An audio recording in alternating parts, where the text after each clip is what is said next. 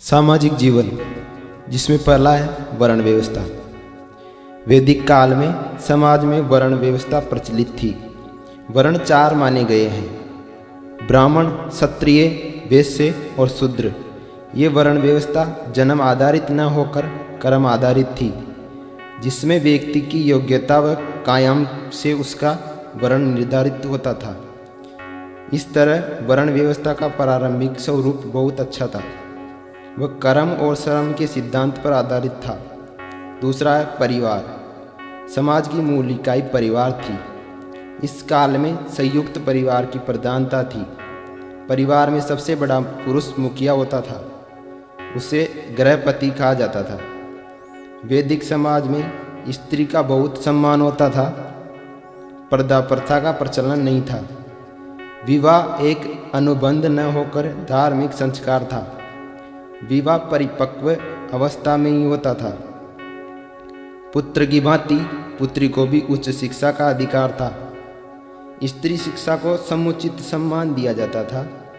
वैदिक साहित्य में ऐसी स्त्रियों का उल्लेख मिलता है जो ज्ञान एवं विद्या के लिए प्रसिद्ध थी। गार्गी, मैत्रेयी, गंधर्वग्रहिता आदि विदुषी महिलाएं इसी युग में हुई। तीसरा है आश्रम व संस्कार व्यवस्था। वैदिक काल में सामाजिक संचालन के लिए आश्रम व्यवस्था प्रचलित थी। मनुष्य की आदर्श आयु 100 वर्ष की मानकर जीवन को 4 काल में ब्रह्मचर्य आश्रम, गृहस्थ आश्रम, वानप्रस्थ आश्रम और संन्यास आश्रम में विभाजित किया गया। ये आश्रम व्यवस्था विश्व में जीवन प्रबंधन का अनुपम उदाहरण है। व्यक्ति के जीवन में श्रेष्ठ गुणों का पैदा करने के लिए उस काल में 16 संस्कारों का विधान था, जिनमें पुष्पन संस्कार, अन्नप्राशन संस्कार, मुंडन संस्कार, नामकरण संस्कार, विद्यार्जन संस्कार, विवाह संस्कार आदि प्रमुख संस्कार थे, जो सामाजिक संस्कार पद्धति का कार्य करते थे। भोजन, वेशभूषा व मनोरंजन। वैदिक काल के लोग भोजन में जौ, गेहूं, चावल, उड़द, दूध, दही आदि का विशेष प्रयोग करते थे। जहाँ तक वेशभूषा का सवाल है, सूती, ऊनी और रेशमी तीनों तरह के वस्त्रों का प्रयोग किया जाता था। स्त्री व पुरुष दोनों आभूषण पहनते थे। आभूषणों में कर्णफूल, कंठहार, कंगन आदि पहने जाते थे। रथ दौड़, घुड़दौड़, शिकार व मल्लयुद्ध मनोरंजन के साधन थे।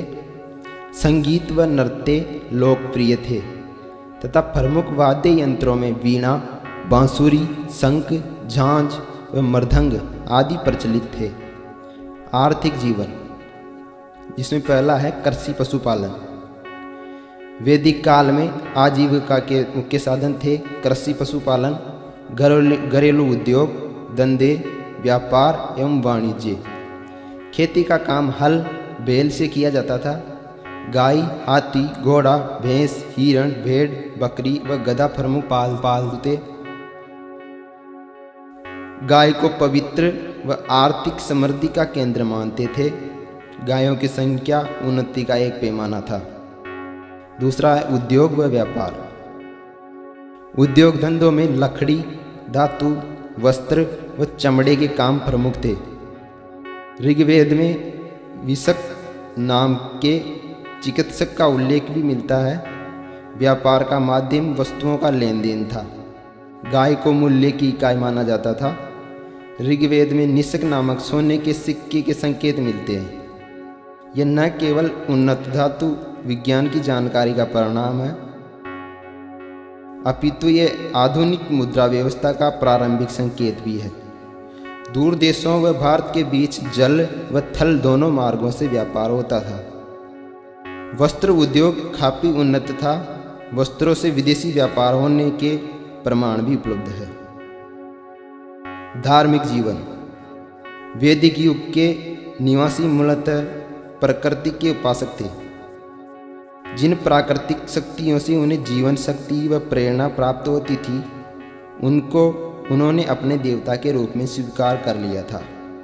इनमें इंद्र, सूर्य, अग्नि, वायु, उषा, वरुण प्रमुख थे। प्रार्थना, स्तुति व यज्ञों द्वारा वे देवताओं को प्रसन्न करते थे। उनका धार्मिक जीवन सरल व आडंबर रहित था।